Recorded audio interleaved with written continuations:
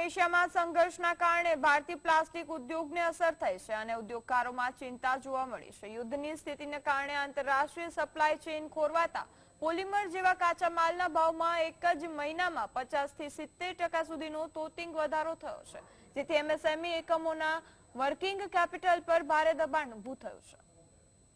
ભારતીય અર્થતંત્રમાં કરોડરજ્જુ સમાન આ ઉદ્યોગમાં 85% નાના એકમો છે, જે હાલ અસ્તિત્વની લડાઈ લડી રહ્યા છે।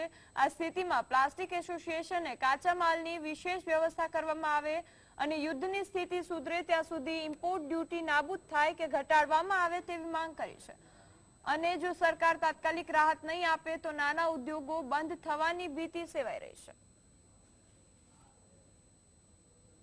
છે।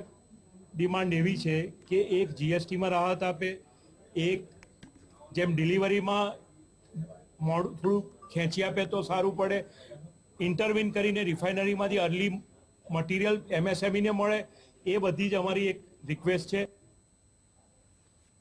મિનિમમ ઇમ્પોર્ટ ડ્યુટી જે લાગેલી છે એ 7.5-10% લાગેલી છે, એ બને તો સરકાર એને જો ઓછી કરી શકે તો બહારથી બી કોઈ રો મટીરિયલ ઇમ્પોર્ટ કરીને જે લોકલ ઇન્ડસ્ટ્રીઝને બચાવી શકાય।